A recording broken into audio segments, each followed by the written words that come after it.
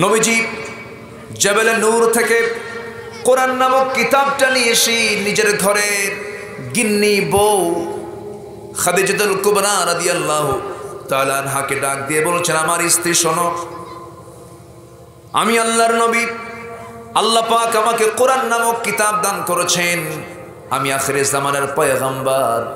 খাদিজা, আমি তোমাকে প্রপোজ করছি, তুমি আমাকে নবী হিসেবে মানতে চাও নাকি?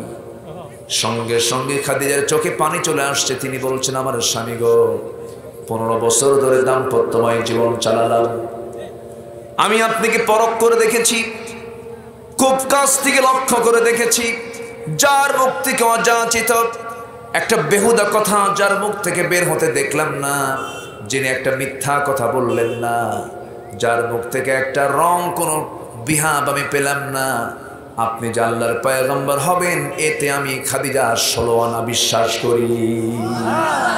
যেরকম সুবহানাল্লাহ। সবার কাছ থেকে পীর সাহেবের খেতাব নেওয়া যায়, সবার কাছ থেকে আলেমের খেতাব নেওয়া যায়, কিন্তু বইয়ের কাছে হুজুর হওয়া কঠিন, বইয়ের কাছে চেয়ারম্যান সাহেব হওয়া কঠিন। তুমি কত নম্বর চেয়ারম্যান আমার জানা আছে, যাও বসো, ঠিক আছে না? তুমি কেমন হুজুর আমার জানা আছে। কিন্তু আমার নবীজি তার চারিত্রিক সৌন্দর্য দিয়া স্ত্রীর কাছেও তিনি কি ব্যক্তিত্ব সম্পন্ন ছিলেন। সঙ্গে সঙ্গে খাদিজা বলছেন, আমার স্বামী, আপনি আমাকে কি বলবেন বলেন। হাতটা আগায় দিয়ে রাসূল তার হাতের সঙ্গে হাত লাগায় দিয়ে তাকে পড়ায় দিলেন, আশহাদু আল্লা ইলাহা ইল্লাল্লাহু ওয়াহদাহু লা শারীকা লাহু ওয়া আশহাদু আন্না মুহাম্মাদান আবদুহু ওয়া রাসূলুহু। হেদায়েতের মালিক কে? আসতে বলবেন না কে? আমার নবীজি এরপরই টার্গেট করলেন আমার চাচা, আমার আমার পিতার ভূমিকা যিনি পালন করেছেন আবু তালেবকে গিয়ে বলছেন, চাচা, আমি আল্লাহর নবী, আপনার কি বিশ্বাস হয় নাকি? এবার আবু তালেব বলছে, মুহাম্মদ বিশ্বাস হয়, কিন্তু বাবার ধর্ম ছাড়বো না, আমি আমার বাপ দাদার ধর্মকে ছাড়তে পারবো না বাবা। আমি আমার ছেলে আলীকে দিয়ে দিলাম, আমার জাফরকে দিয়ে দিলাম, তুমি আল্লাহর নবী, আমি এটা আমার দৃঢ় বিশ্বাস তুমি আল্লাহর নবী, কোনো সমস্যা নাই। আমার ছেলে দুটাকে দিয়ে দিলাম, তাদেরকে মুসলমান বানায় নাও। রাসূল বলেন, চাচা, আপনার তো ইসলাম কবুল করা দরকার। কে? বাবা, আমি পারবো না। হেদায়েতের মালিক কে? আসতে বলবেন না কে? আল্লাহ। তাহলে আবু তালেবের ভালোবাসা ছিল, কিন্তু আনুগত্য ছিল না। আউযু বিল্লাহি মিনাশ শাইতানির রাজীম।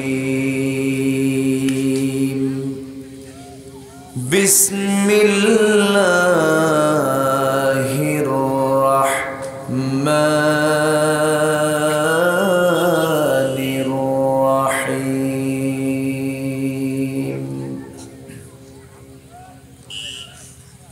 قل إن كان آباؤكم وأبناؤكم وإخوانكم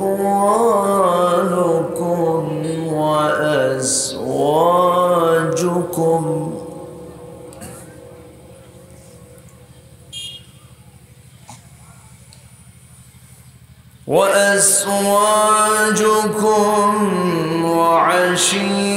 وعشيرتكم وأموال اقترفتموها وتجارة تخشون كسادها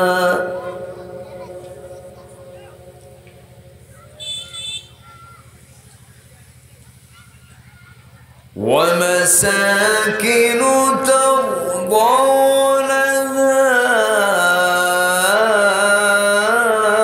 أحب إليكم من الله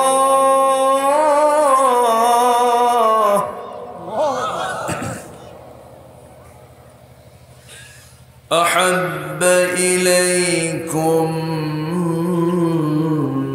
الله ورسوله وجهاد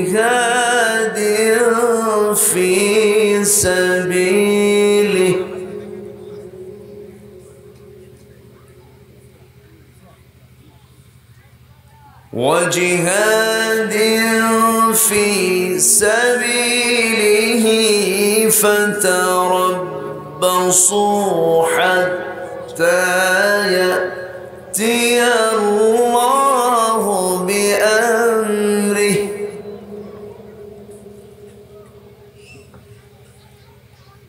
والله لا يهدي القوم الفاسقين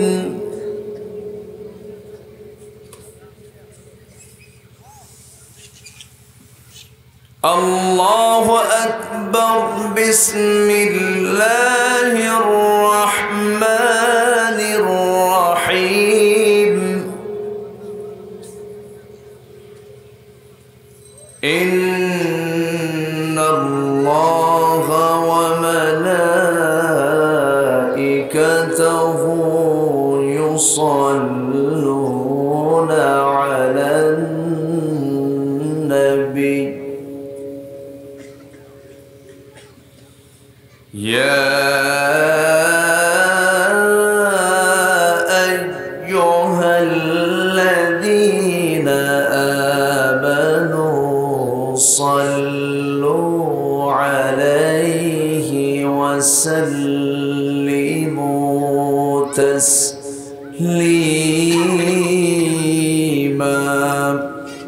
اللهم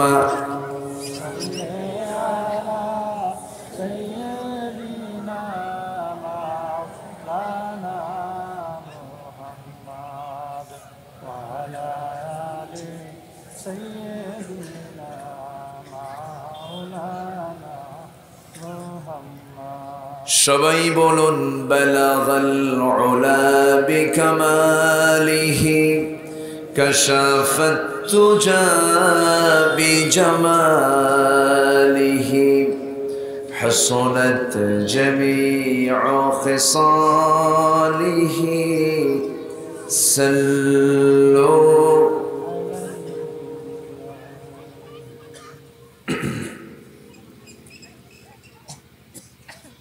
ময়মনসিংহ অঞ্চলের শেরপুর জেলার নালিতাবাড়ি মধ্য ভোগাইর পাড় বাইতুল মুকাররম জামে মসজিদ যুব সমাজ মাহফিল ইন্তেজামি কমিটি কর্তৃক আয়োজিত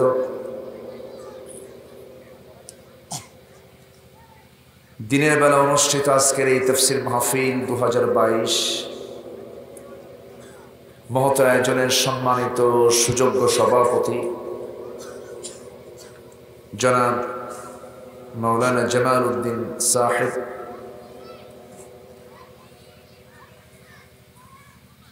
আজকের মাহফিলের সম্মানিত প্রধান অতিথি মাননীয় উপজেলা চেয়ারম্যান মহোদয়,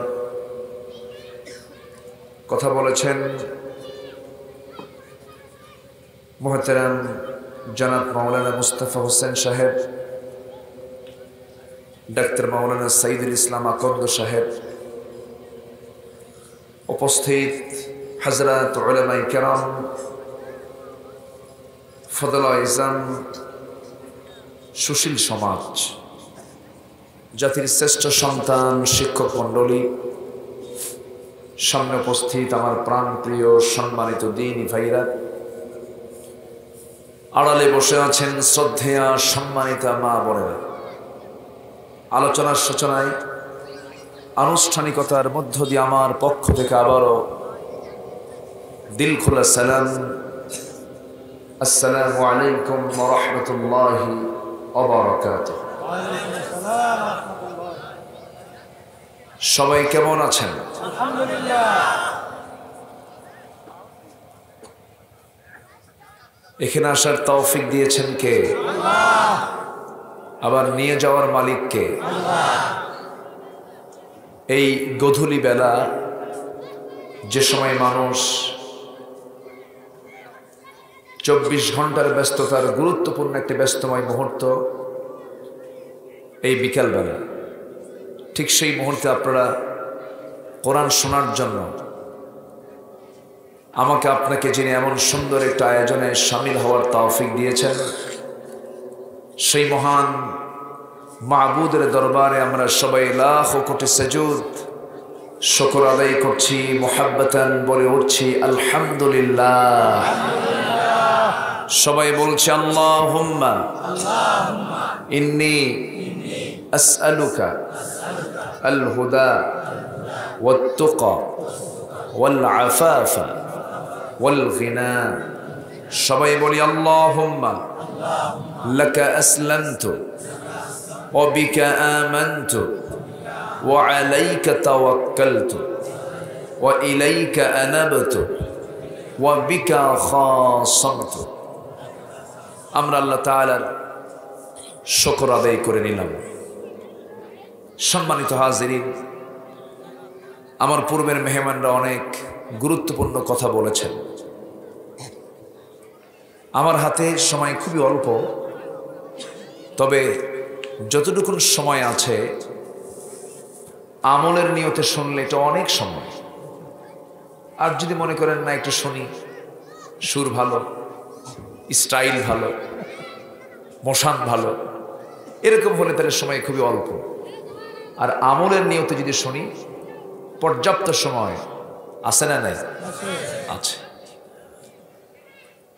এখন তো ওয়াজ করার জন্য খুব একটা এলেমও লাগে না, 26 ইঞ্চি হলেই যথেষ্ট। 26 ইঞ্চি, তারপরে আর কি, পুরুষ থেকে মহিলা, মহিলা থেকে পুরুষ, আম্মা হুজুর। তো এখন তো হাসির মানে হাঁসকে মোরগের সাঁতার শেখানো হচ্ছে, বিষয়টা এরকম ধরনের। দর্শ দেওয়ার জন্য ইলম থাকার দরকার আছে না নাই? সুর তো এটা আলাদা, অতিরিক্ত একটা জিনিস, এটা আল্লাহ প্রদত্ত একটা বিষয়, কিন্তু মূল মাদ্দা ইলম তো থাকতে হবে।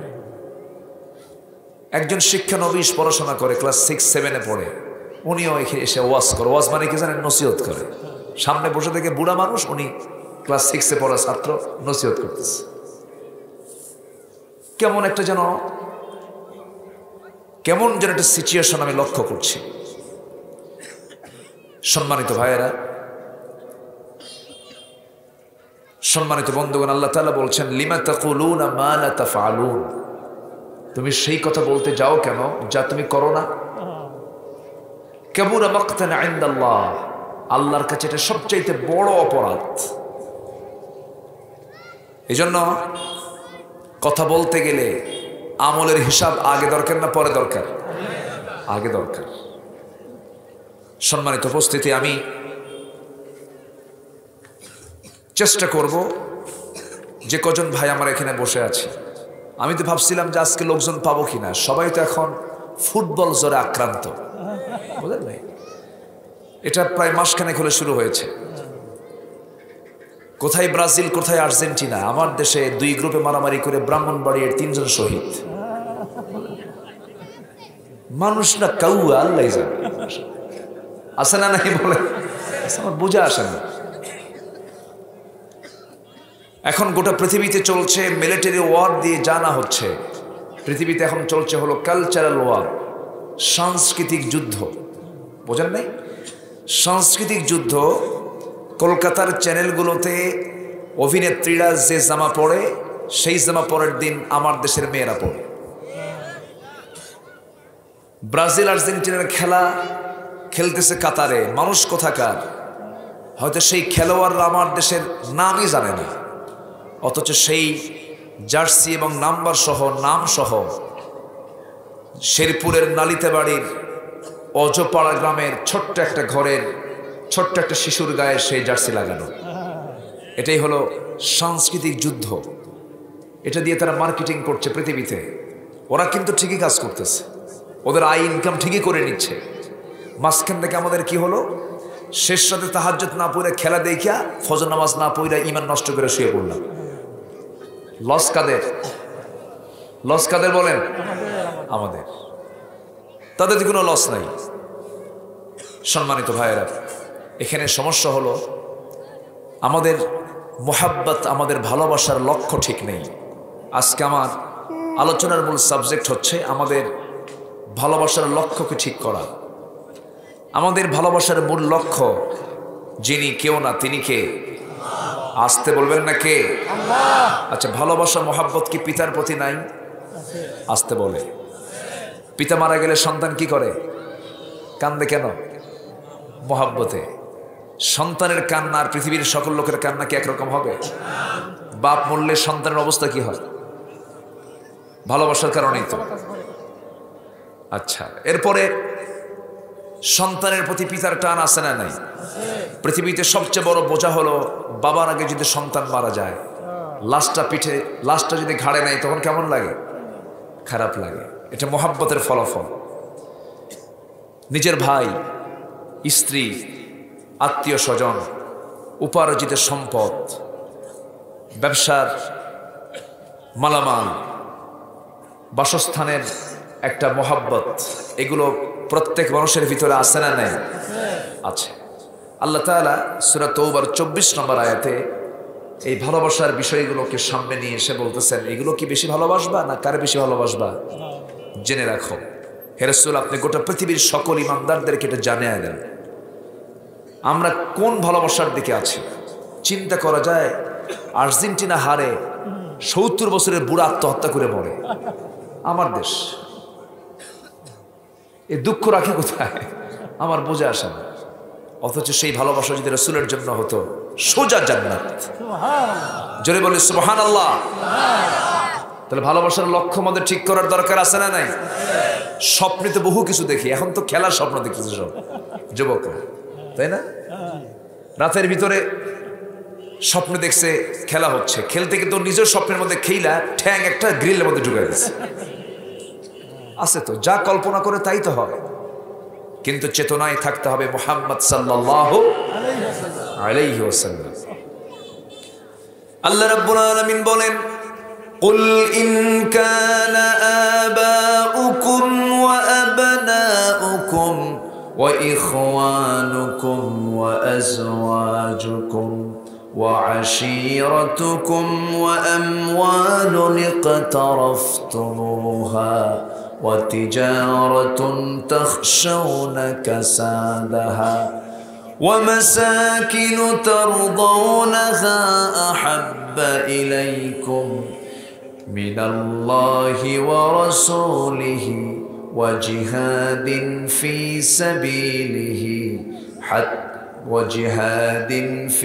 سبيله فتربصوا حتى يأتي الله بأمره والله لا يهدي القوم الفاسقين. জোরে বলুন আল্লাহু আকবার। আল্লাহ তাআলা এই আয়াতের ভিতরে বান্দাকে চূড়ান্ত একটা কথা বলেছেন, এই যে দুনিয়ার জগতের ভালোবাসাগুলো, এই ভালোবাসার চাইতে যদি আল্লাহ, রাসূল এবং জিহাদ করা যদি তোমাদের কাছে বেশি প্রিয় না হয়, তোমরা অপেক্ষা করো আল্লাহর ফয়সালা না আসা পর্যন্ত। মানে কি এখানে ফয়সালা মানে রহমত না গজব, বিপদ? আমরা আমাদের ভালোবাসা ঠিক করতে পারি নাই। নেতার নাম মুখে ঘন ঘন আসলেও আল্লাহর নাম ঘন ঘন আসে না। আফসোস কিনা বলেন, মঞ্চে বক্তৃতার মঞ্চে উঠলেই শুধু নেতার নাম ঘন ঘন আসে, কিন্তু আল্লাহর নামটা মনে আসে না। নারায়ে তাকবীরের স্লোগানকে বিতর্কিত করে বলে এটা নাকি নির্দিষ্ট দলীয় স্লোগান। কে বলেছেন? আমাদের স্লোগানটা কি? আছে না আল্লাহু আকবার, নামাজে আল্লাহু আকবার, গরু জবাই করতেও। আবার তুমি যখন সোজা হয়ে যাবে, মরে যখন যাবে, মানুষ সোজা হয় কখন বলেন? মরার পরে তো সোজা হয় নাকি? মরার আগে তো সোজা হয় না।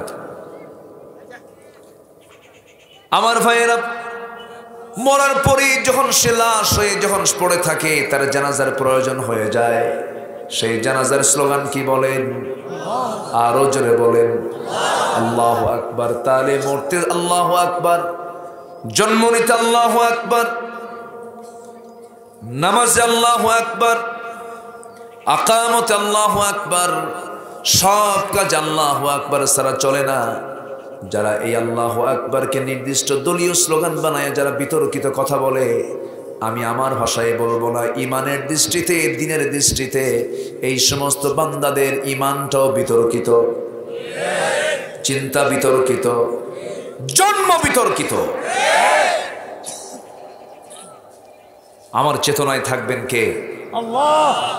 আমি আমার সবচেয়ে ভালোবাসা উজাড় করব কার জন্য? মোহাব্বতটা থাকবে কার জন্য? আল্লাহর জন্য। ইমানদার তো আল্লাহকে সবচেয়ে বেশি ভালোবাসবে। ওয়াল্লাযীনা আমানু আশাদ্দু হুব্বান লিল্লাহ।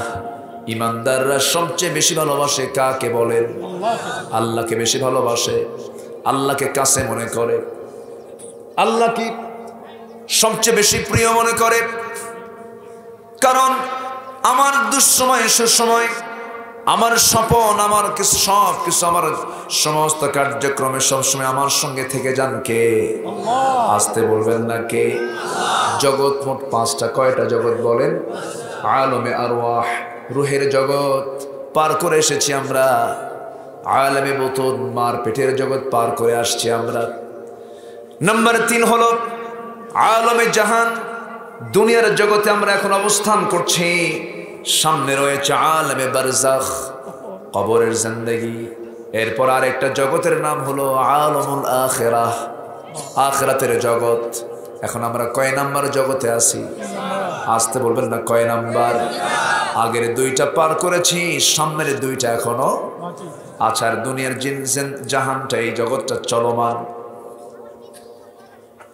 এই জগৎ আমাকে পাড়ি দিয়ে আলমে বারজাখে যেতে হবে। কিন্তু আলমে বারজাখে যাওয়ার জন্য কি পাথেয় সংগ্রহ করলাম, এটাই তো আমার আপনার জীবনের প্রশ্ন করা উচিত। সেই প্রশ্ন করে সেটার সমাধান খুঁজে বের করি মরার আগেই। ওয়ালা তামুতুন্না ইল্লা ওয়া আনতুম মুসলিমুন। মুসলমান না হয়ে মরো না। কার কথা? আসতে বলবেন না কার কথা? আমরা সবাই তো মুসলমানই আছি, সমস্যা কোথায়? ব্রাহ্মণের ছেলে ব্রাহ্মণ হতে পারে, খ্রিস্টানের ছেলে খ্রিস্টান হতে পারে, হিন্দুর ছেলে হিন্দু হতে পারে, বৌদ্ধের ছেলে বৌদ্ধ হতে পারে, কিন্তু ইমামের ছেলে ইমাম হতে পারে না যদি তার ভিতরে যোগ্যতা না থাকে। জন্মসূত্রে মুসলিম হয়ে সেই জন্মসূত্র দিয়ে আমি আপনি জান্নাত পাবো না। জান্নাত পাওয়ার জন্য থাকতে হবে আমার জীবনে কিসের ব্যবহার? আসতে বলবেন না কিসের ব্যবহার? কোরআনের ব্যবহারটা থাকতে হবে। কোরআন দিয়ে আমার জীবনটাকে সুন্দর করে সাজাতে হবে। আমার বন্ধুগণ, সকল কিছুর চাইতে আল্লাহ এবং রাসূলকে ভালোবাসা মানে কি? আল্লাহ যে হুকুম করেছেন, রাসূল যে বিধানগুলো দিয়েছেন, রাসূল যে সুন্নাহগুলো আমার আপনার জন্য রেখে গেছেন, এগুলো জীবনের সকল জায়গায় ফলো করা। দেওয়া আনুগত্য এক জিনিস, ভালোবাসা আরেক জিনিস। এখানে যদিও আল্লাহ তাআলা আহাব্বা ইলাইকুম শব্দ প্রয়োগ করেছেন, হুব্বুন শব্দ দিয়েছেন, কিন্তু ভালোবাসা আর ইতাআত আর ভালোবাসার মধ্যে কিছু তফাৎ আছে। আনুগত্যের মধ্যে আনুগত্য আছে, ভালোবাসাও আছে, কিন্তু শুধু ভালোবাসার মধ্যে কিন্তু আনুগত্য নাই। একটু কান লাগাবেন, মনোযোগ দিয়ে শুনবেন। আমার কথা কি বুঝতে কষ্ট হচ্ছে আপনাদের? একটু মনোযোগ দিয়ে শুনবেন। আনুগত্য কাকে বলে? আল্লাহ এবং রাসূলের আনুগত্য হলো কি? আতিউল্লাহ ওয়া আতিউর রাসূল ওয়া উলিল আমরি মিনকুম ফাইন তানাযাআতুম ফি শাইইন ফারুদ্দুহু ইলাল্লাহি ওয়ার রাসূল। জোরে বলুন আল্লাহু আকবার। তোমরা আল্লাহর আনুগত্য করো, নবীর আনুগত্য করো। তোমাদের মধ্যে যারা নেতা তাদেরও তোমরা আনুগত্য করো। কোন নেতা? যে নেতার নামাজ নাই সে নেতা নাকি? আজকে নেতা অধিকাংশগুলো নামাজি না বেনামাজি? বিড়ি খাওয়া না বিড়ি না খাওয়া? খালি কি বিড়ি খায় না আরো ঢালে?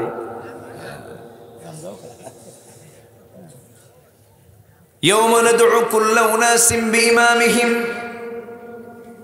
হাসরের ময়দানে প্রত্যেক ব্যক্তিকে তার নেতা সহ ডাকা হবে। এই জন্য নেতা নির্বাচন করতে গিয়ে ভাবতে হবে এই নেতার সঙ্গে নবীর জীবনের মিল আছে কিনা। নবীর জীবনের সঙ্গে যে নেতার মিল থাকবে তিনি হবে আমার নেতা। আর যে নেতার নামাজের মতো শ্রেষ্ঠ ইবাদতকে বাদ দেয়, সে আল্লাহর হক নষ্ট করে, সে জনগণের হক মেরে খাবে। ঠিক কিনা? আমার ভাইয়েরা, আমার বন্ধুগণ, আনুগত্য কাকে বলে, ভালোবাসা কাকে বলে? আমার নবীর জীবনের সবচেয়ে দুজন প্রিয় মানুষ ছিলেন রাসূল, তাদেরকে খুব ভালোবেসেছেন, তারা রাসূলকে খুব ভালোবাসা উপহার দিয়েছে। আমার নবীর ইন্তেকালের, আমার নবীজির বাবার ইন্তেকাল হয়েছে জন্মের পূর্বেই, মার ইন্তেকাল হয়েছে 5 বছরে। আমার নবীজির নিজের দাদা আব্দুল মুত্তালিবের ইন্তেকাল হলো 8 বছরে।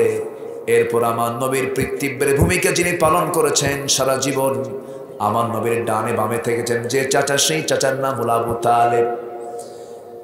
এই আবু তালেব রাসূলকে খুব ভালোবাসা উপহার দিয়েছেন।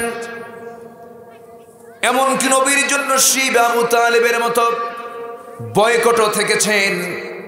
এত অত্যাচার রাসূলকে মোহাব্বত করতে গিয়ে সহ্য করেছেন, কিন্তু ব্যক্তিগত জীবনে তিনি একজন কাফের ছিলেন। আমি যদিও তাকে তিনি সম্বোধন করছি কেন, যদিও তিনি কাফের ছিলেন কিন্তু ভদ্র কাফের। কি কাফের বলেন? ভদ্র কাফের। তার মধ্যে অশালীন কোনো কথা ছিল না, বেহুদা কোনো কথা ছিল না। নবীজি তার কাছ থেকে ব্যবসা শিখেছেন, তার কাছ থেকে ভাষা শিখেছেন। সুন্দর করে তাকে তার চাচা ছোট থেকে বড় করে আদর করে বড় করেছেন। আমার নবীজিকে দারুণ তিনি ভালোবাসা উপহার দিয়েছেন। কিন্তু নবীজির যখন নবুয়ত এসে গেল, রাসূল যখন নবুয়ত পেয়ে গেলেন, নবুয়ত পাওয়ার সঙ্গে সঙ্গে আমার নবীজি জাবালে নূর থেকে নেমে কোরআন নামক বিধান নিয়ে এসে প্রথমে দাওয়াত দিয়েছেন বাহিরে না ভিতরে? ভালো করে বলবেন, বাহিরে না ভিতরে, ঘরে না বাইরে? ঘরে। এই জন্য আমরা দাওয়াতের পদ্ধতি শিখে নিলাম। এখন সবার আগে দাওয়াত পাবে বাইরে না ভিতরে? ভিতরে কিছু বলি আমরা? লোকমান নামে একজন আল্লাহর অত্যন্ত কাছের মানুষ ছিলেন, যদিও তিনি রাসূল ছিলেন না, নবী ছিলেন না, কিন্তু আল্লাহ তাআলা তাকে হিকমত দান করেছেন। ওয়ালাকাদ আতাইনা লুকমানাল হিকমাহ। হিকমতটা আল্লাহ তাআলা সবাইকে দেন না। ওয়ামাই ইউতিল হিকমাতা ফাকাদ উতিয়া খায়রান কাসীরা। যাকে হিকমত দেওয়া হয় সে সবচেয়ে বড় কল্যাণ প্রাপ্ত হয়ে যায়। এই লোকমান তিনি তার সন্তানদেরকে নসিহত দিয়েছিলেন, তিনি ওয়াজ করেছেন বাইরে না ভিতরে। এই জন্য তার ওয়াজটা পছন্দ করেছেন কে? এই জন্য তার ওয়াজ কোরআনে আছে না নাই? সূরা লোকমান নামে একটা সূরা আছে। এই লোকমানের মধ্যে কার ওয়াজ বলেন? কার ওয়াজ? আল্লাহর না। ওয়াহুয়া ইয়াইদুহু ইয়া বুনাইয়া ওয়াহুয়া ইয়াইদুহু। লোকমান ওয়াজ করছেন, আল্লাহ এটা তুলে দিয়েছেন। জোরে বলেন সুবহানাল্লাহ। আমি আব্দুল্লাহ আমিন, আমার ওয়াজ কতক্ষণ চলবে, কত বছর চলবে? 50 বছর, 100 বছর মানুষ হয়তো স্মরণ করবে, শুনবে, হেরে যাব এক সময়। কিন্তু লোকমান এমন ওয়াজ করেছেন যে ওয়াজটা আল্লাহ তাআলা কোরআনের মতো কিতাবের মধ্যে তুলে দিয়েছেন। তিনি কি সুন্দর করে ওয়াজ করলেন! তিনি বলছেন সন্তানদেরকে 13টা নসিহত দিয়েছেন। যদি আমার আজকে সাবজেক্টটা নয়, শুধু বলছি দেখেন সন্তানকে তারা কি নসিহত করেছেন, আমরা কি নসিহত করছি। সন্তানকে বলছেন ইয়া বুনাইয়া লা তুশরিক বিল্লাহ। প্রথমে কার হক নিয়ে কথা বলছেন? হে আমার কলেজার টুকরা সন্তান, শিরিক করো না। শিরিক করলে কার হক নষ্ট হবে? কার হক নষ্ট হবে? আল্লাহর হক নষ্ট হয়ে যাবে। কিন্তু আজকে সন্তানদেরকে জাতীয়ভাবে শিরক শেখানো হয়। খালি পায়ে নির্দিষ্ট দিনে যাওয়ার সিস্টেম আছে না নাই? ফুল হাতে নিয়ে যাওয়ার সিস্টেম আছে না নাই? একটু কান লাগাবেন। আমি তো কোরআনকে সামনেই রেখে কথা বলছি। কোরআন যদি একটা হুকুম দিয়ে দেয়, রাষ্ট্র যদি তার বিরুদ্ধে কথা বলে, শুনবো রাষ্ট্রের কথা না কোরআনের কথা? এটা কিন্তু চূড়ান্ত প্রান্তিক লেভেলের একটা কথা বললাম। কথা খুব ওয়েটফুল। যারা যারা আইন, যারা উকিল, যারা আইনের প্র্যাকটিস করেন তারা বলবেন কি ব্যাপার?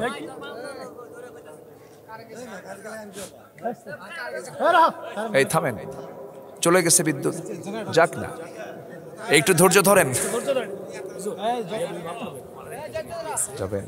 আচ্ছা ইচ্ছা ছিল যে শেষ করে দেব। আচ্ছা ঠিক আছে, ঠিক আছে। আপনিও যাবেন? আচ্ছা ঠিক আছে। আমার মেয়র সাহেব এবং চেয়ারম্যান সাহেব দুজনে বিদায়। এখন আপনারা যাবেন না তো? আবার আসেন তো আপনারা, ওনারা খুব ব্যস্ত মানুষ। শোনেন, আমি তো ওয়াজে যাই, মাহফিলে যাই, মাহফিল করে চলে আসি। আর চেয়ারম্যানদের যে কি ডিউটি, উনি শেষ করতে বলতেছে। আচ্ছা উনি থাক, একজন তো থাকা দরকার, তাই না? আচ্ছা বলি আলহামদুলিল্লাহ, জোরে বলি আলহামদুলিল্লাহ। কষ্ট হচ্ছে নাকি আপনাদের? বিদ্যুৎ চলে গেছে না? না আসে নাই? এখন আমাদের বিদ্যুৎ চলতেছে তেলের বিনিময়ে। যাক চলুক, আর অফ করো না। বিদ্যুৎ আসলে অফ করার দরকার নেই, ছন্দ পতন হয়। আলোচনার মাঝে একটা ব্রেক হলে আলোচনা হেরে যায়। এখন আমার দিকে তাকান সম্মানিত ভাইয়েরা। তাহলে কোরআন যেটা বলবে এটা আগে না রাষ্ট্র বলবে যেটা সেটা আগে? কোনটা আগে বলবে? কোনটা আগে মানবো? খুব প্রান্তিক কথা, কিন্তু খুব চূড়ান্ত কথা, কিন্তু এটাই মহাসত্য। এটা কি মহাসত্য? রসুলকে মামলা দেওয়া হয়েছিল, রসুল মামলার কিন্তু আসামি ছিলেন। ওনাকে রাষ্ট্রদ্রোহিতার মামলা দিয়েছিল। কি দ্রোহিতা? রাষ্ট্রদ্রোহিতা। তাহলে কোরআন দ্রোহী হব না রাষ্ট্রদ্রোহী হব? কথা বুঝেন আপনি?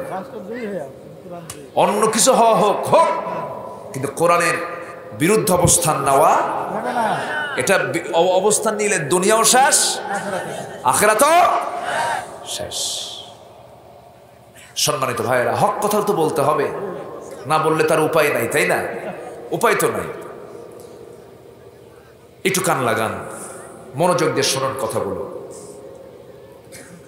আমার বন্ধুগণ,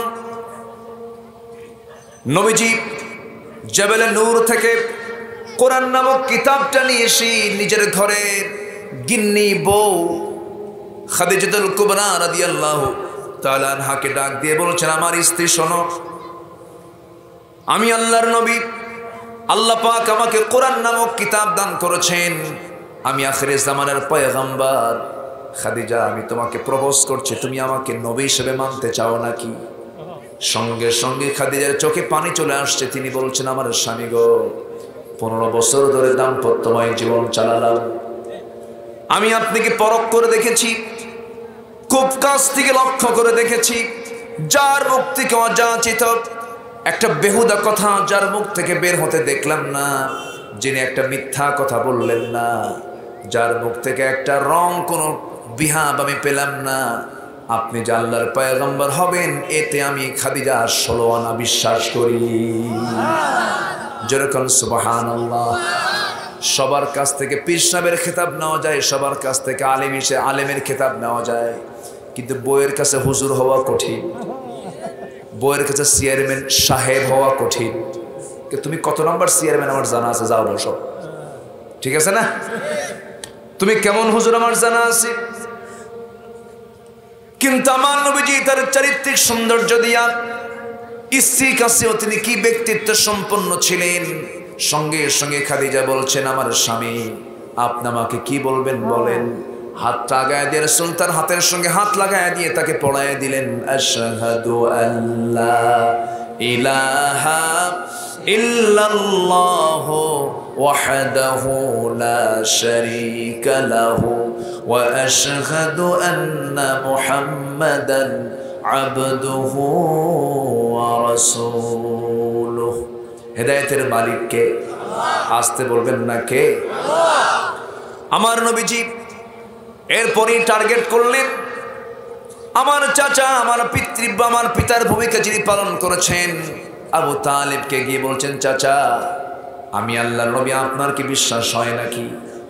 এবার আবু তালেব বলছে, মুহাম্মদ বিশ্বাস হয়, কিন্তু বাবার ধর্ম ছাড়বো না। আমি আমার বাপ দাদার ধর্মকে ছাড়তে পারবো না বাবা, আমি আমার ছেলে আলীকে দিয়ে দিলাম, আমার জাফরকে দিয়ে দিলাম, তুমি আল্লাহর নবী, আমি এটা আমার দৃঢ় বিশ্বাস তুমি আল্লাহর নবী, কোনো সমস্যা নাই, আমার ছেলে দুটাকে দিয়ে দিলাম, তাদেরকে মুসলমান বানায় নাও। রাসূল বলেন, চাচা আপনার তো ইসলাম কবুল করা দরকার। কে বাবা, আমি পারবো না। হেদায়েতের মালিক কে? আসতে বলবেন না কে? আল্লাহ। তাহলে আবু তালেবের ভালোবাসা ছিল কিন্তু আনুগত্য ছিল না। ওই ভালোবাসা বাসলে হবে না, আনুগত্য সহ ভালোবাসা উপহার দিতে হবে। আয়াত এটাই বলে দেয়। আমার নবীর জীবনে দুটা মৃত্যু নবীর জন্য সবচেয়ে চিন্তার কারণ হয়েছিল। সেই বছরটাকে আমুল হুজুন বলা হয়, চিন্তার বছর বলা হয়। আমার নবীর জীবন থেকে যখন আবু তালেব বললেন, মুহাম্মদ আমার শরীরটা ভালো না, মনে হয় মারা যাব, যে কোনো মুহূর্তে আমার ইন্তেকাল হয়ে যাবে। আমার নবী আস্তে করে তার পাশে গিয়ে বসলেন। বসে মাথা থেকে পা পর্যন্ত নবীজি তার হাতের ছোঁয়া দিয়ে তাকে সুন্দর করে বুঝায় বুঝায় বলছেন, চাচা আপনি আমার জন্য কি করেন নাই? আপনি আমার জন্য সব কিছু করেছেন, শুধু একটা বার আপনি বলবেন লা ইলাহা ইল্লাল্লাহ, এতটুকুন বললেই হবে, আর বলার দরকার নাই। আমি আপনার জন্য বেহেশতের জামিন হয়ে যাব। একটা বার বলেন চাচা। কিন্তু আবু তালেব বলছে, মুহাম্মদ রে আমি আর মনে হয় পড়তে পারবো না, আমাকে আর জোরাজোরি করো না।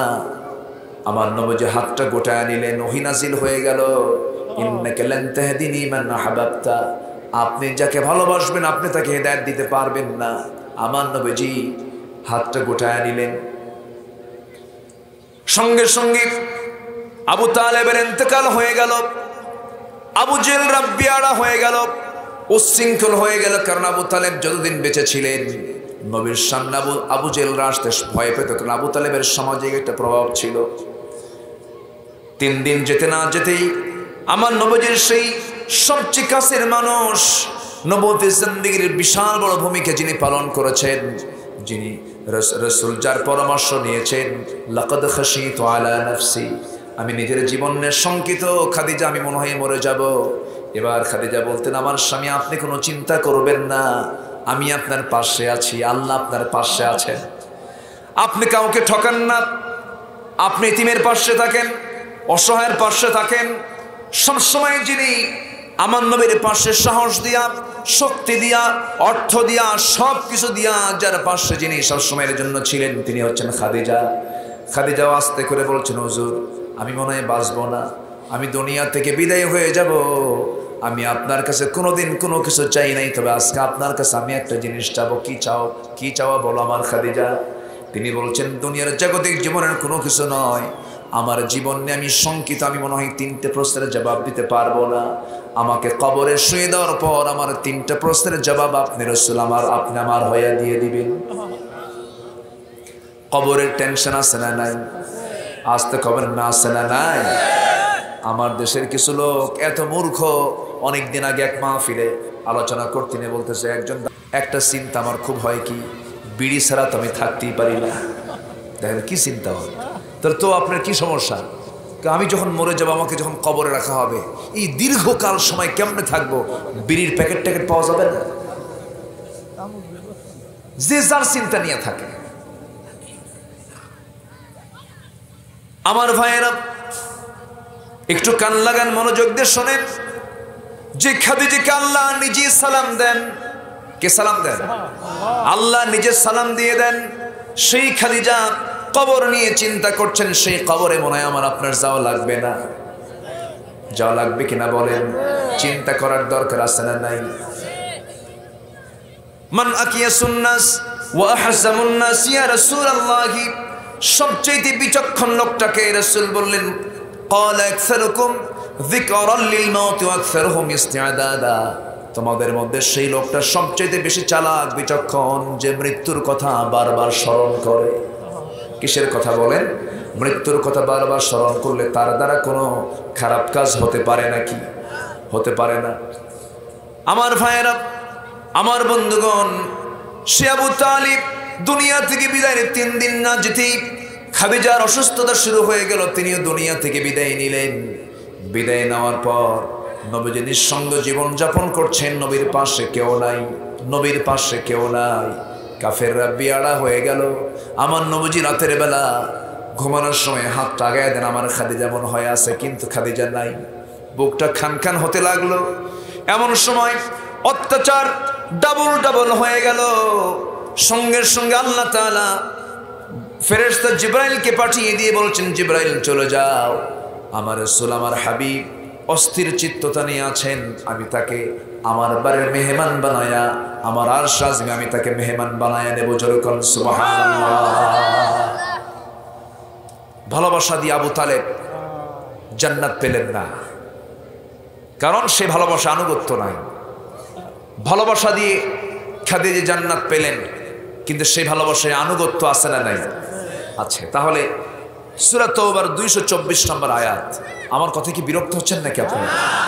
আমার আলোচনার মধ্যে আবার এই আউল ফাউল কথা আমি বলতে পারি না, বুঝলেন? তারেনারে বান্দরে কলা খাইছে ইন্দুরে, এই সমস্ত কথা আমি বলতে পারি না। আমি চেষ্টা করি কোরআন এবং হাদিসকে সামনে রেখে কিছু কথা শোনার এবং বলার। আপনারাও যারা শ্রোতা, আমি আপনাদেরকে বলতে চাই, শ্রোতা যদি একটু সজাগ হয়, বক্তারাও সজাগ হয়ে যাবে। আপনারা হাতের কড়া গুনবেন, যে আলোচনা যে শুনতেছে দেখিতে এর মধ্যে কয়টা আয়াত বলল, কয়টা হাদিস বলল। যদি আপনারাও যদি সতর্ক হয়ে যান, তখন আলোচকও সতর্ক হয়ে যাবে। এই জন্য সবচেয়ে শ্রেষ্ঠ কথা কার কথা? আল্লাহর কথা। আয়াত যত বেশি থাকবে, আলোচনার বরকত তত বেশি হয়ে যাবে। এরকম শ্রোতাও আমি পাইছি দেশে। কুড়িগ্রাম চেনেন তো? কুড়িগ্রাম এদিক দিয়ে তো দুটো উপজেলা আছে, রৌমারী, রাজীবপুর, এগুলো কুড়িগ্রাম জেলার অন্তর্গত। একটা মাহফিল অনেকদিন আগে গেছিলাম, তো আমি বারবার কিছু আয়াত বলতেছি, অনুবাদ করছি, আয়াত বলতেছি, অনুবাদ করতেছি। একজন বলতেছে, হুজুর একটু বাংলা কম। আমি বললাম, বাংলা মানে? হুজুর শুধু আরবি বলেন, বাংলা তো বলেন না। আমি বললাম, কোরআন তো আরবি। জটিলতা আছে, তবে কোরআন শোনার জন্য ধৈর্যের দরকার আছে না নাই? আছে না? আচ্ছা, তাহলে আমরা আল্লাহকে ভালোবাসবো, রাসূলকে ভালোবাসবো। শুধু ভালোবাসা না, ভালোবাসা না আনুগত্য সহ ভালোবাসা? আনুগত্য সহ ভালোবাসা। রাসূলকে নিয়ে বাজে কথা বলবে আর ইমানদার চুপ করে থাকবে, এটা কেমন ভালোবাসা? এই দেশে একজন মন্ত্রীকে, একজন এমপিকে, একজন নেতাকে গালি দিলে 7 বছর 10 বছরের যদি জেল হয়, রাসূলকে গালি দিল যারা, রাসূলকে নিয়ে বাজে কথা বললো যারা, তাদের কি কোনো বিচার বাংলার জমিনে হয়েছে? হয়েছে? হয় নাই। আমরা কি করছি? আমরা কিছুই করতে পারিনি। তবে টুডে এন্ড টুমরো, আজ হোক কাল হোক, এই দেশের মাটিতে কোরআনের পরিবেশ ফিরে আসবে। জোরে বলি ইনশাআল্লাহ, জোরে বলি ইনশাআল্লাহ। রাসূলকে বলে জেনাকার মোহাম্মদ। চিন্তা করা যায় এই দেশের মাটিতে বসে। রাসূলকে বলে ছাগল মোহাম্মদ, মুখে দাঁড়িয়ে আছে। এই সমস্ত কথাগুলো আমাদের কানে এখনো বাজে, এই সমস্ত কথাগুলো বলা হয়েছে, কিন্তু কোনো এর জন্য সমুচিত কোনো জবাব, এটার কোনো শাস্তি আমরা দেখতে পাইনি। তবে হবে একদিন। জোরে বলি ইনশাআল্লাহ, জোরে বলি ইনশাআল্লাহ। সম্মানিত ভাইয়েরা, তাহলে আল্লাহ তাআলা এখানে 8টা ভালোবাসার কথা বলেছেন। আমরা সাধারণত এগুলোকে ভালোবাসি, যেটা আমি শুরু করেছি। পিতার প্রতি টান সন্তানের আছে না নাই? আচ্ছা, সন্তানকে ভালোবাসে পিতা, পিতাকে ভালোবাসে সন্তান, ভাইকে ভালোবাসে ভাই, স্ত্রীকে ভালোবাসে স্বামী, আত্মীয় স্বজনকে আত্মীয় স্বজন ভালোবাসে। উপার্জিত সম্পদের প্রতিও টান আছে না নাই? হঠাৎ করে কোনো একটা ব্যবসায়ী লস হলো, লস হতে হতে তার হার্ট স্ট্রোক হলো, টান আছে না নাই বলেন? টান আছে। এরপরে ব্যবসার প্রতি টান আছে, বাসস্থান, ছেলে যত বড়ই দামি জায়গায় থাকুক না কেন, দেখবেন বুড়াকালে বুড়া বাপ মা কখনো ছেলের বাড়ি যদিও উন্নত হোক না কেন, সুন্দর জায়গা হোক না কেন, যেতে চায় না। নিজের বাড়ির প্রতি একটা টান আছে না নাই বলেন? আমার ভাঙ্গে ঘরই ভালো, কিন্তু আমার কাছে এটাই প্রিয়, এটাই আমার জন্য খুব ভালো। এই যে মোহাব্বত, আল্লাহ তাআলা মাসাকিনু তারদাউনাহা এই সমস্ত ভালোবাসা যা তোমরা এগুলোকে মহাব্বত করো, এর চেয়ে যদি তোমাদের ভালোবাসা যদি আল্লাহ এবং রসুলকে যদি না ভালোবাসতে পারো এটা এগুলোর চাইতে, এবং জিহাদকে যদি না ভালোবাসতে পারো, অপেক্ষা করো আল্লাহর ফায়সালা কিন্তু আসবে। এর মানে হলো সকল কিছুর চাইতে বেশি ভালোবাসবো আমরা কাকে? আসতে বলবেন না কাকে? আমাকেও সবচেয়ে বেশি ভালোবাসেন কে? আমাকে সবচেয়ে বেশি ভালোবাসেন কে? অনেকে চিন্তায় আছে হয়তো বউ। হ্যাঁ, আমাকে সবচেয়ে কে বেশি ভালোবাসেন? আরে বউ তো আজকে মরবেন, 3 মাস পরে সে ভুলে যাবে, তো হাসবে, আপনার কথা মনেই থাকবে না। যুবক, বিয়ে করছো তুমি আজকে, 2 বছর হয়ে গেছে বিয়ের বয়স, বাচ্চা একটা হয়েছে, মধ্য ভোগাইর পাড় থেকে হোন্ডায় চড়ে রাবার ড্রাম হয়ে নালিতে বাড়ি যাওয়ার পথে হঠাৎ করে রোড অ্যাক্সিডেন্ট করে হোন্ডার উপর থেকে পড়ে তুমি মারা গেছো। একটা সন্তান এতিম হয়ে গেল, লাশ বাড়িতে আসলো, বউ কাঁদতে কাঁদতে অস্থির, অজ্ঞান হয়ে পড়ছে। এটা কি সারা জীবন থাকবে? সারা জীবন থাকবে? 3 দিন খাবে না, 7 দিন খাবে না। শ্বশুর বাড়ির লোকজন এসে মেয়েটাকে নিয়ে যাবে, 2-3 মাস হয়ে যাবে। শুরুতে আবেগে বলেছিল জীবনে আর আমার বিয়ের দরকার নাই। 4 মাস 5 মাস পরে বাপ মা ধইরা এক জায়গায় বিয়ে দেওয়ার পর ওই আপনার স্ত্রী গিয়ে নতুন স্বামী পায়া পরের দিন ফোন দিয়ে বলবে, আব্বা তোমাদের সিদ্ধান্তই ভালো ছিল, আগের স্বামীর চাইতে এই স্বামী আরো ভালো। আমি কি ভুল বলতেছি? আজ থেকে আমি কি ভুল বলতেছি? এটাই বাস্তব। এগুলো ভালোবাসা ঠুনকো, এগুলো মায়া মরিচিকা, কিচ্ছু না। কেউ আমার আপন না, বাপও আমার আপন না, মাও আমার আপন না, ভাইও আমার আপন না, বোন আমার আপন না। প্রকৃত আপন হলো কে বলেন? কারণ আপন যদি হতে আয়াতটা আসতো না, ইয়াউমা ইয়াফিরুল মারউ মিন আখিহি ওয়া উম্মিহি ওয়া আবিহি ওয়া সাহিবাতিহি ওয়া বানিহি। হাসরের দিন ভাই ভাই থেকে পালাবে, বাপ মার সন্তান থেকে পালাবে। চিন্তা করা যায় কি কঠিন দৃশ্য সবার সামনে পড়ে আছে। কেউ তো আমার কারো আপন নয়। আমার আপনজন বলতে একজন, তিনি আমার 1 নম্বরে কে? আসতে বলবেন না তিনি কে? আমার আল্লাহ আপনাকে কি দেন নাই? 2টা চোখ দিয়েছেন, 2টা কিডনি দিয়েছেন, সুন্দর 2টি আল্লাহ তাআলা কিডনি দিয়েছেন, লাঞ্চ দিয়েছেন, হার্ট দিয়েছেন। মাথা থেকে পা পর্যন্ত প্রত্যেকটা পার্টসের দাম আছে না নাই? আসতে বলবেন না আছে না নাই? যার চোখ নাই সে তো বোঝে চোখের পার্টসের কি মূল্য। যার কিডনি নাই সে তো বোঝে কিডনির মূল্য কত। কিডনি যার নষ্ট হয়ে যায়, ডায়ালিসিস ছাড়া চলে না। কি বড় চরম বড় একটা অসহায়ত্ব। যাদের কিডনিগুলো নষ্ট হয়ে গেছে তারাই তো বোঝে। আমার ভাইরা, আমার একটা বন্ধু মালয়েশিয়াতে থাকে, তার কথা প্রায় মনে হয়, প্রায় ফোনে ফোনে কথা বলি। মালয়েশিয়াতে গেলাম, আমি তার হাতের মধ্যে একটা চাপা দিলাম, দেখি এখানে একটা মেশিন লাগানো। বললাম, বন্ধু এখানে মেশিন কেন, কি হয়েছে? বলতেছে, বন্ধু 2টা কিডনি আমার নষ্ট হয়ে গেছে। কোটি কোটি টাকার মালিক আল্লাহ পাক আমাকে বানিয়েছেন, কিন্তু আমার কিডনি নাই। কিডনি 2টা অচল হয়ে গেছে। সপ্তাহে 1 দিন আমি ডায়ালিসিস করার জন্য আমি চলে যাই। আমি মেশিন দিয়ে আমার রক্তগুলোকে রক্তগুলোকে ডায়ালিসিস করে আবার দেহের মধ্যে ঢুকায় নেই। সেই মেশিনটার ওজন হলো, মানুষ যেটা বানাইছে তার ওজন হলো 100 কেজি। আর সেই ডায়ালিসিস করার জন্য যে কিডনি আল্লাহ তাআলা আমার আপনার দেহের মধ্যে দিয়েছেন তার ওজন মাত্র 200 গ্রাম। সুবহানাল্লাহ বলবেন না? কে দিয়েছেন বলেন? সুন্দর কোনটা, 200 গ্রাম না 100 কেজি? কোনটা সুন্দর? 200 গ্রাম। যদি এরকম হতো আপনার ওজন 80 কেজি আর কিডনির ওজন হলো 200 কেজি, আপনি চলবেন না, কিডনি না হাঁটবে।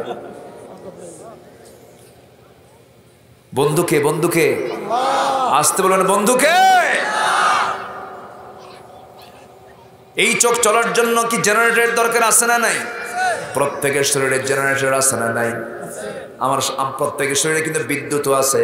এই যে বিদ্যুৎ ছাড়া জেনারেটর চলতেছে। আমার ভাইয়েরা, আল্লাহ তোমার দেখেন, আল্লাহ তোমার সবকিছু করেন। এই চোখের পিছনে 20 লক্ষ পার্টস আছে। বামে আছে, ডানে আছে, 20 লক্ষ 40 লক্ষ পার্টস আছে, চোখের পিছনে 1,70,000 রগ আছে। আল্লাহ তাআলা এই চোখটাকে সুন্দর করে ঠিক রাখার জন্য আবার মলম দিয়েছেন। মানুষ ঘুম থেকে সকালবেলা উঠে যখন চোখের কোনায় তাকায় তখন কি কালার বের হয়? কি সাদা দেখেন না? ওটা কি মলম, ওটা কি বলেন? কে দিয়ে রাখছেন? আল্লাহ দিয়ে রেখেছেন। সারাদিন ধুলাবালি ময়লাগুলো চোখের মধ্যে ঢুকে গেছে, যদি বেশি ধুলাবালি বলে ঢুকে যায় তখন কি চোখ থেকে কি বের হয়? আবার পানি বের হয়ে যায়। এই পানি যদিও আমরা সাদা মনে করি, কিন্তু এই পানি নর্মাল কোনো পানি নয়। এর মধ্যে কিছু শ্লেষ্মা আছে, এর মধ্যে কিছু পানি আছে, শ্লেষ্মা আছে, এবং এর মধ্যে কিছু লবণ আছে, এবং এর মধ্যে সাথে ইলেকট্রোলাইটের জটিল মিশ্রণে আল্লাহ তাআলা অয়েন্টমেন্ট বানায় রেখেছেন। বান্দার চোখে ধুলা পড়লো, পিছন থেকে মেশিন চালু হয়ে চোখের মধ্যে আল্লাহ তাআলা পানি বের করে চোখটা ফ্রেশ রেখে দিলেন। বন্ধু কি আমার? আসতে পার বন্ধুকে? সে আল্লাহকে ভোলা যাবে না, রাসূলকে ভোলা যাবে না, রাসূলকে ভালোবাসতে হবে। রাসূল বলেছেন, ও দুনিয়ার ও আমার উম্মতেরা, ও আমার সাহাবীরা, হাসরের ময়দানে কোথাও যদি আমাকে না পাও, তোমরা আমাকে অবশ্যই 3টা জায়গায় পাবে। কয়টা জায়গায় বলেন? 3টা জায়গায়। মুরব্বি জান কোথায়? আমি কি শেষ করে দেব নাকি? এই এই এই যে বসেন, আসি বসে। ক্লাস থেকে যদি হঠাৎ করে কেউ না বলে যায়, ক্লাস থেকে শিক্ষককে না কয়া, এটা কি ভালো ছাত্রের লক্ষণ? কথা। আমি যদিও শিক্ষক না, কিন্তু আমাকে তো বসাইছেন আপনি। এটা ক্লাস, তো এটা শেষ হবে কি দিয়া? শেষ হবে কিসের মধ্য দিয়া? মোনাজাতের মধ্য দিয়ে। আপনি এটা অসম্পূর্ণ কাজ করবেন কেন? আমরা শেষ ফিনিশিং দিয়ে যাব। জোরে বলি ইনশাআল্লাহ। রাসূল বলেছেন তোমরা 3 জায়গায় পাবে। কয় জায়গায়? 3 জায়গায়। নাম্বার 1 পুলসিরাত, নাম্বার 2 মিজানের পাল্লায়। এই 2 জায়গায় যদি না পাও, অবশ্যই তোমরা আমাকে পাবে হাউজে কাউসারে। হাউজে কাউসার আল্লাহ তাআলা আমাকে দান করেছেন। হাউজে কাউসার থেকে জান্নাতের পেয়ালা দিয়ে আমি তোমার জন্য পানি তুলে নিয়ে তোমাকে পান করায় দেব। জনমের মতো তৃষ্ণা নিবারণ হয়ে যাবে। আমি তুমি মিলে একসঙ্গে জান্নাতে চলে যাব। ভালোবাসার দরকার আছে না নাই? আসতে বলবেন না, আছে না নাই? 1 নাম্বার কে? নাম্বার 2 হচ্ছে মুহাম্মদ সাল্লাল্লাহু আলাইহি ওয়াসাল্লাম। আমাকে ছাড়া কেউ যাবেন কি?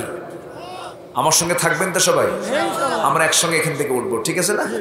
আসান কয়টা? 5:15।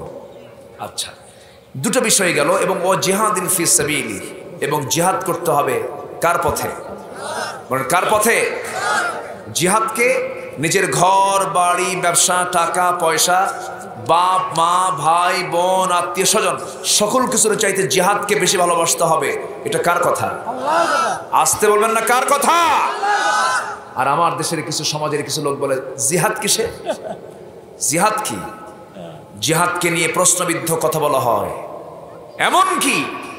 এমন কথাও বলে জিহাদের কোনো শব্দ আমরা এই দেশের কোনো লোকের মুখ থেকে শুনতে চাই না। জিহাদ আর জঙ্গি এক নয়। জিহাদের হুকুম কোরআনে আছে না নাই? আসতে বলবেন না, আছে না নাই? কষ্ট করে এসেছেন, এটাও জিহাদ।